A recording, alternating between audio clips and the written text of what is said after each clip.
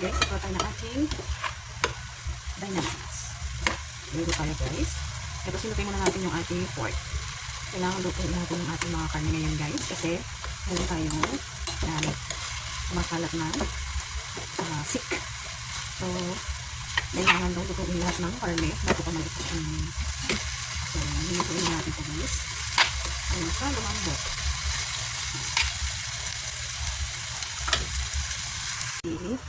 Tatanggalin natin ito ng seeds sa loob.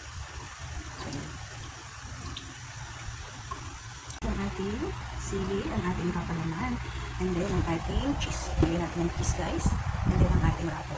So yun na guys ang ating mga ingredients. We have cheese, and ang ating sili, ang ating pork, and then ang ating lumpia. Ito na tayo. Ating sili. Natin dyan. And then lalagyan natin yan ng cheese. Lalagyan natin na yung cheese guys. And then ang ating palaman.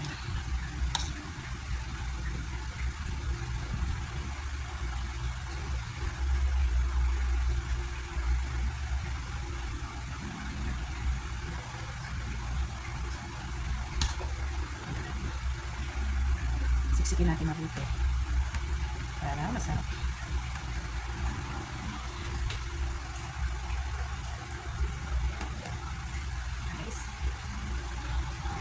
Guys, nabalot na natin lahat and then ipapahid na natin siya. Ayan, focus natin.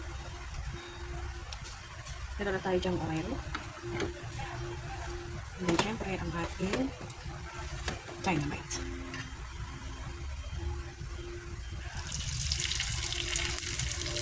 So may nalang ako natin guys. Para maluto natin mabuti ang ating dynamite.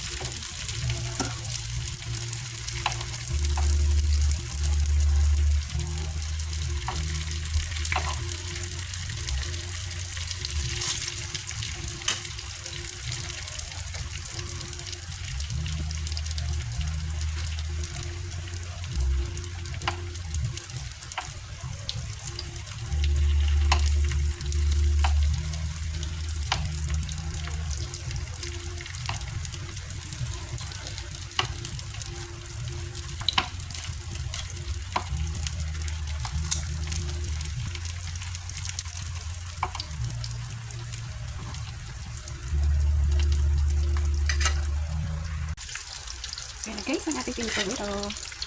Natin na tayong magtapos sa pag-fry.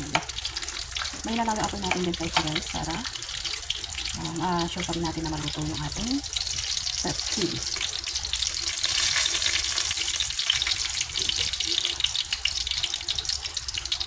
Para maging crunchy pa rin siya guys. Ayan, medyo matrabaho pala siya. So, hoping na masarap naman siya guys.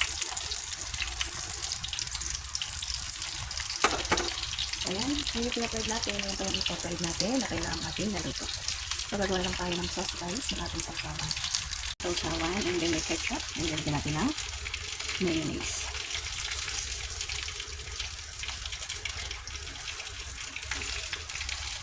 Then, lagyan natin ng pizza.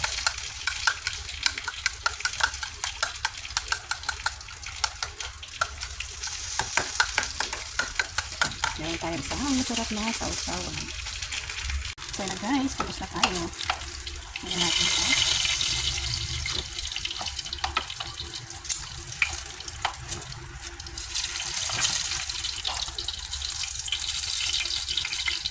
So yun.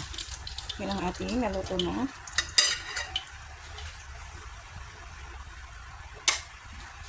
Yan ang ating naluto na dynamite, and then yung ating sausawan. So that's it na guys. Thank you for watching. Kain na tayo. Bye!